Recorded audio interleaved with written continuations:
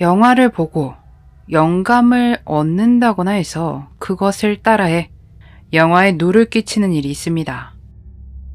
혹시 저수지의 개들이라는 영화를 아시나요? 느와르 영화로 저는 제목만 알고 있습니다. 한국에는 1996년도에 개봉한 쿠엔틴 타란티노 감독의 영화라고 하는데 이 영화에 누를 끼친 그런 10대가 있었습니다. 이 사건은 나중에 재판의 증언에서 피해자에게 어떤 행동을 했다는 증언으로 저수지의 개 살인사건이라고 불리운다고 합니다. 이들은 이 영화의 한 장면을 재현하며 스턱 인 더 미들 위디오를 부르기까지 했다고 하네요. 15세의 마이클 모스는 조립을 굉장히 좋아하는 소년이었습니다.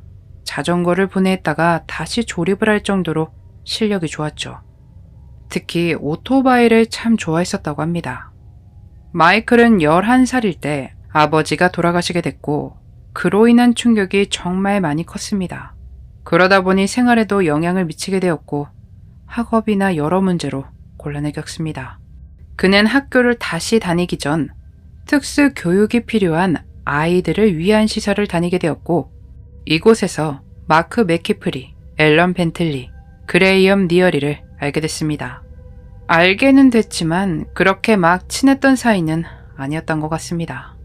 마크 맥키프리와 앨런 벤틀리는 전 학교에서 퇴학을 당했고 지역의 특수학교에 보내진 상태였습니다. 마이클은 시설에서 한 여학생을 만나게 됩니다. 두 사람은 약간의 썸 단계였던 것 같은데 그런데 그 여학생이 앨런 벤틀리의 전 여자친구였답니다. 그렇게 마이클과 전 여자친구가 만나는 것을 알게 된 앨런 벤틀리가 그를 눈여겨보기 시작했고 분노하기 시작했죠. 그리고 도무지 뭐에 대한 복수인진 모르겠는데 복수를 하기 위해 계획을 세웁니다. 앨런 벤틀리는 영화 저수지의 개들을 보고 계획을 실행에 옮기기로 결정했습니다. 당시 마이클은 오토바이에 푹 빠져 있었는데 그걸 이용한 것이었죠. 새벽 1시쯤 마이클에게 전화를 걸었습니다. 야, 오토바이 보여줄 테니까 공원으로 나와. 마이클은 오토바이를 볼 생각에 너무 신나서 그 장소로 향했습니다. 숨어있던 앨런과 맥키프리가 그를 발견합니다. 그 후에 어떻게 이렇게까지 잔악할 수가 있나 싶을 정도로 끔찍한 일이 벌어집니다. 옷을 탈의하게 하고 2시간 동안 자신들의 본을 풉니다. 그에겐 많은 자상이 생기는데 총 49번. 그리고 깨진 보드카병을 들고 귀를. 상상하시는 그 짓을 시도하려 했으나 실패를 했습니다. 바로 이때 앞에서 말씀드린 스턱 인 더 미들 위디오라는 노래를 부릅니다. 그들은 범행을 저지르고 일단 두고 갔다가 니어리와 합류해 다시 돌아와 끝을 냅니다. 1999년 11월 13일 리덜랜드 초등학교 근처 공원에서 마이클이 발견됩니다. 너무 심각해서 마이클인지 알아볼 수 없을 정도였다고 합니다. 사건의 수사가 시작되며 증거들이 수집되고 있었습니다. 그렇게 경찰이 수사를 벌이는 동안 그레이엄 니어리가 죄책감에 시달리고 있다가 엄마에게 고백을 했고 나머지 친구들의 이름까지 밝혀지며 이 모든 사실이 경찰에게 들어갔습니다. 세 사람 모두 마이클 모스를 해한 혐의로 기소가 됩니다.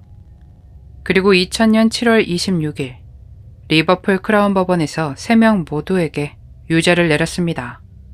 앨런 벤틀리와 마크 맥키프리는 최소 10년, 그레이엄 니어리는 9년의 최소형을 살고 석방됐습니다. 이후에 또 분노를 하게 만드는 일이 일어나는데 페이스북에 마크 맥키프리가 샐러드를 먹으며 웃고 있는 사진을 올렸다가 계정이 삭제되었다고 합니다. 이런 걸 보면 과연 사람이 바뀔 수 있나 라는 생각이 드네요. 평생을 죄책감을 갖고 평생을 끔찍한 기억을 안고 속죄해야 하는 사람들이 웃으면서 다음 인생을 살아가는 게 피해자는 영원히 그 시간, 그 나이에 머물러 있게 하고 본인들은 성인이 되어 미래를 꿈꾸는 게 과연 맞는 걸까요? 사건이 일어나기 전 시설 직원들에 따르면 전혀 그런 낌새가 없었다고 합니다. 위험해 보인다던가 그런 것들 말이죠. 그렇다는 것은 본인을 잘 감춘다는 이야기도 되는데 무려 100개가 넘는 상처, 마치 축구를 하듯한 여러 행동, 2m 높이에서 점프.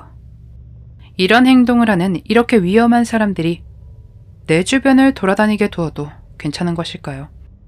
여러분들이 생각하시기엔 어떠신가요? 댓글로 의견을 남겨주세요. 마이클은 학교를 다니기 전에 엄마에게 휴식을 주기 위해 시설에 다녔을 정도로 생각이 깊은 아이였습니다. 감히 마이클의 두려움과 고통을 상상도 못하겠습니다. 부디 그 시간 그 모든 일들을 지금은 잊고 편히 쉬고 있기를 바라봅니다. 앞의 사건을 조사하다가 좀 어처구니 없는 그런 사건 하나를 발견해 영상을 만들게 됐습니다. 43세 로빈 폴섬은 마케팅 대행사에서 일을 하고 있었죠. 그녀는 얼마 전 기쁜 일이 생겼고 회사 상사에게 출산 휴가를 가질 예정이다 라고 알립니다. 당연히 유급이었고 상사들도 허락을 했습니다. 그런데 그런 그녀를 보고 어쩐지 좀 이상하다, 수상하다 라고 생각하는 동료가 있었습니다.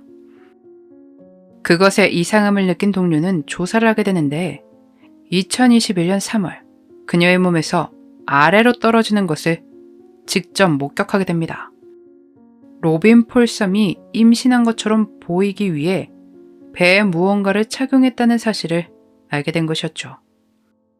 그렇게 그녀가 숨긴 비밀이 밝혀지며 실존하지 않는 아이를 위해 아빠도 만들어냈다는 이야기도 나왔습니다. 아이의 아빠가 진짜 존재하는지는 알지 못하지만 가상의 인물일 것이라고 추측되고 있습니다. 또 다른 충격적인 사실이 밝혀집니다. 2020년 7월에 한 번 출산을 했고 2021년 거짓 임신이 밝혀진 것이었는데 경찰의 수사에 따르면 그녀가 출산한 기록이 없다고 합니다. 2020년에 출산을 했다며 자신의 아이 사진을 동료들에게 보여주기도 했었는데 그들에 따르면 한 명인 것처럼 느껴지지 않았다고 합니다. 사진마다 다른 아이처럼 보였다는 것이었죠. 그녀는 신분 사기 혐의로 기소된 상태로 재판을 기다리고 있습니다. 유급으로 휴가를 받을 수 있다는 점 때문에 그랬던 게 아닐까 생각이 드는데 결국은 들킬 거짓말이라는 사실을 정말 전혀 조금도 몰랐을까요? 직업 재활국의 외무국장직을 했던 사람이 어떻게 이런 짧은 생각을 할 수 있을까요? 그런 일을 저지르면서 본인은 굉장히 기발하고 똑똑한 생각이었다고 생각할지 모르겠지만 뛰는 사람 위에 나는 사람이 있다는 것을 꼭 기억해야겠습니다. 오늘도 함께 시청해주신 모든 분들 감사드립니다. 그날의 미스터리 오키노TV였습니다.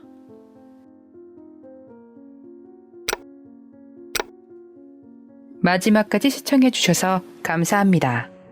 좋아요와 구독은 저에게 큰 힘을 줍니다.